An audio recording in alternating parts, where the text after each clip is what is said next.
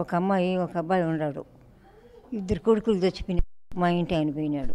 కూతురు 3 నెలలు పెట్టుకుని ఉండి సాకి అన్నీ చేస్తే నేను అన్నీ అంట్లో ఇది వంట చేసి పెట్టేది, వాళ్ళు పొలం పడి పూస్తే అన్నీ చేసి పెట్టా. 3 నెలలు ఉండి వాళ్ళకు కూతురు అల్లుడు పొమ్మని చెప్పినారు. పంపించేసినారు అక్కడ ఉన్నీకడ.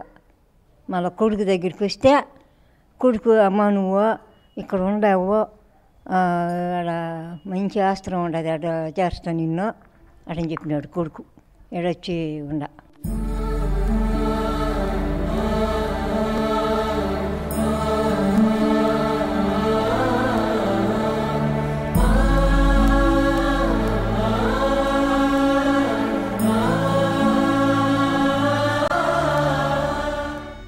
ఆ కొడుకు కూడా ఒక 2 నెలలకు వస్తాడు, ఒక్కొక్కసారి 3 నెలలకు వస్తాడు, అటు వచ్చిపోతాడు. ఇక్కడికి వచ్చిండాడు చూసేదానికి. నిద్ర మాత్రలు వేసుకుని చచ్చిపోతే మీ అమ్మ అని చెప్పి పెండ్లాంతో చెప్తా ఉన్నాడు.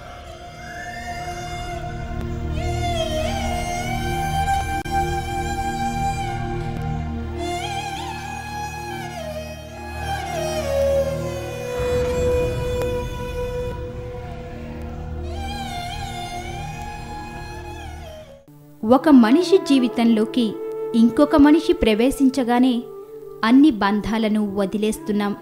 అదేమంటే ఎన్నో సాకులు. తల్లిదండ్రులను వదిలించుకోవడానికి 100 కారణాలు చెప్పొచ్చు. కానీ వారి బాధ్యత తీసుకోవడానికి ఉన్న ఒకే ఒక్క కారణం, మన జన్మకు ఆద్యులు వారే, మన భవిష్యత్తుకు పునాదులు వారే.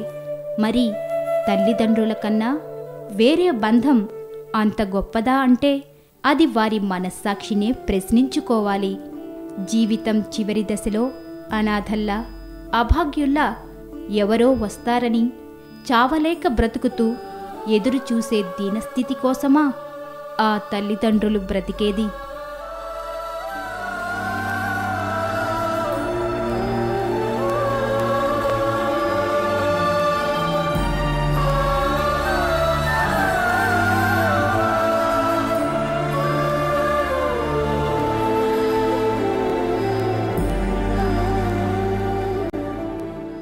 ఎలాంటి పరిస్థితుల్లో మీరు ఇక్కడికి రావాల్సి వచ్చింది, దాని గురించి చెప్తారా? ఫ్యామిలీ లేదు కదా, డైట్ అయిన తర్వాత పిల్లలందరి పెళ్లి చేసినాము. పిల్లలు పెళ్లి అయిన తర్వాత ఇల్లు ఉంది, ఆడ ఇల్లు ఉంటే ఇల్లు అమ్మి నా దగ్గర ఉందిరా అని రమ్మన్నాడు.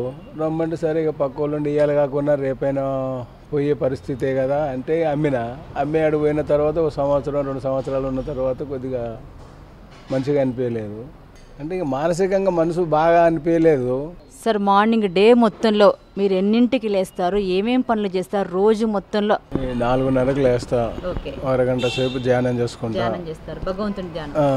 తర్వాత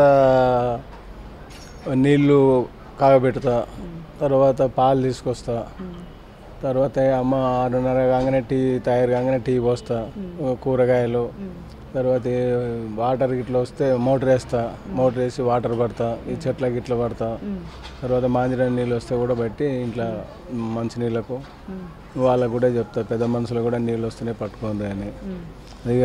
స్టెప్ బై స్టెప్ ఏదో ఒక పని నడుస్తూనే ఉంటుంది. ఇప్పుడు బాగానే ఉందండి, మా ఇంటికంటే బాగానే ఉంటుంది. ఇప్పుడు ఇక్కడనే ఆరోగ్యం బాగుందండి. ఆడుంటేనే మానసికంగా ఎంతో విధానంగా కుంగిపోయేది, ఇప్పుడు ఎలాంటి ఆలోచన లేకుండా బాగానే ఉంది.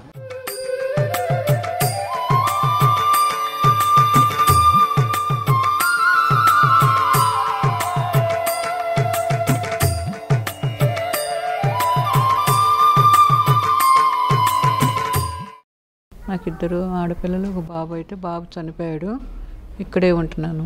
నేను వచ్చి 15 సంవత్సరాలు ఇక్కడే ఉన్నాను, గుంటూరు నుంచి వచ్చి. మంచిగా ఉంటుంది. ఎక్కడికైనా యాత్రలకు తీసుకుపోతూ ఉంటారు, అన్నీ అమ్మ చూసుకుంటుంది. మంచిగానే ఉంది. ఇక్కడ సిడిది వెళ్ళాము, శ్రీశైలం వెళ్ళాము, సిడిది వెళ్ళాము, ఇంకా చాలా యాత్రలు చూసాం. అందరూ వచ్చి తీసుకెళ్తారు అమ్మతోటి పాటు. ఏదైనా పని ఉంటే చేసుకుంటాం, వంట అది చేసుకుంటాం, ఏమైనా కూరగాయలు అవి ఉంటే చూసుకుంటాము.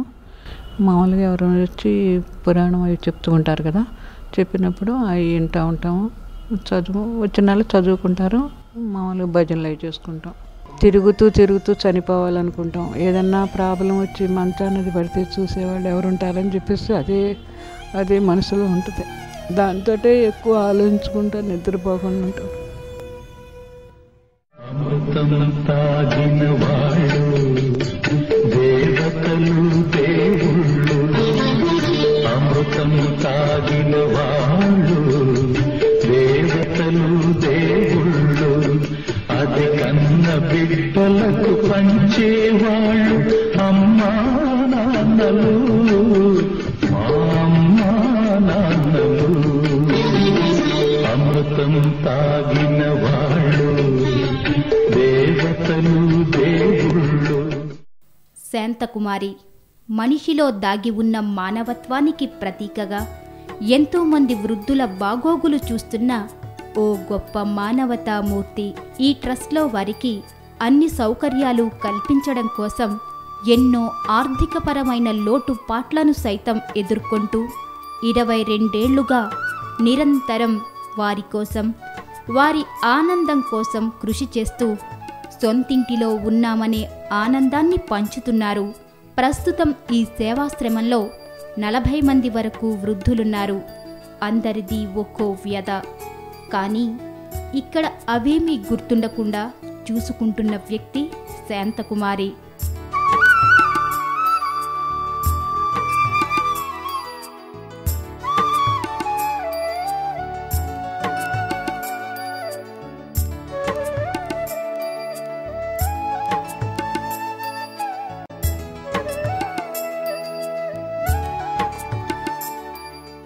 మొన్న ఒక ఆయన ఒక ముసలమ్మని తీసుకొచ్చాడు. వాళ్ళ భార్యాభర్తలు ఇద్దరు జాబ్ చేస్తారంట.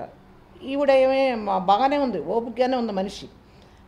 జాబ్ చేసి ఆ అమ్మాయి జాబ్ చేసి వెళ్ళేటప్పుడు తొందరపడి పిల్లలకి చేసుకోవాలి, మొగుడికి చేసుకోవాలి, ఇంట్లో చేసుకోవాలి, అన్నీ చేసి ఈవిడ అన్నీ పెట్టి వెళ్ళేదంట కోడలు. మళ్ళీ వీళ్ళు డ్యూటీ నుంచి రాగానే మళ్ళీ ఈవిడ గొడవలు మొదలు పెట్టేదంట.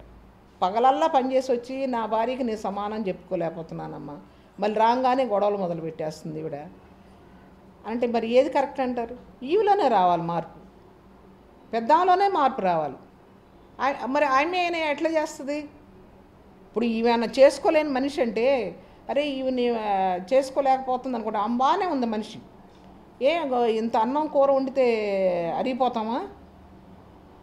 మరి పగలల్లా పని చేసి వచ్చి మళ్ళీ వచ్చి మీకు వంట చేసి పెట్టి ఆమె మళ్ళీ కొట్టలాటలు బరాయించాలంటే ఎవరి వల్ల అవుతుందంటారు? మనం చెప్పేది వాళ్ళకి అర్థం కాదు. ఏంటంటే ఎంత కాడికి వాళ్ళ పని అవ్వాలని అని అనుకుంటారు, కానీ ఎట్లా అవుతుంది? మేము ఎంతో కష్టపడి చేస్తూనే ఉంటాం.